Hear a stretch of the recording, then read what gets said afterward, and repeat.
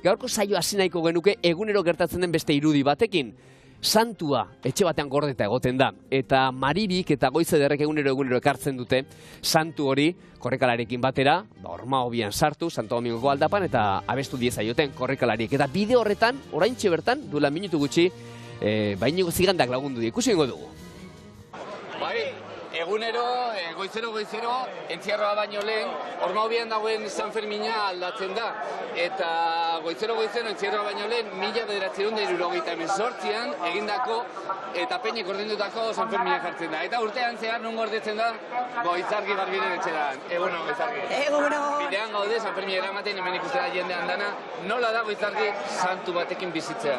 Pues normala. Bai? Bai, ez da de ustez berdina. Bueno, etxeko atarian dago, San Fermina biltzen ditu San Ferminen emozio asko, egunero ikustea, plazerra, lujos, nola... Bai, ja, ohitura, ja. Bai, gu ja ohituta gaude bagoaz, saloira eta dago. Osea, ez lan ez da konturatzen ere. Gehien bat jendea sartzen dena nahi, ba, zer dago? Eta gu bat, San Fermin, hori da, niretan kodu. Kontazio zu jenderi nola da, egunero hemen etortzea zuretzat, jendeak nola ukitzen duen San Fermina ikusten hori guen orain. A ver, pues, geroz eta komplikatu dago, esan behar dugu. Ze jende pila dago, geroz eta gehiago ukitu nahi dute San Fermina, eta esaten diegu mesez ere poliki, baina, pues hori, emozioak esan duzu moduan, entzierroa baino lehen, pues daude milioika, eta orduan, pues, jendeak ukitu nahi du, baina guk ere poliki ukitzea.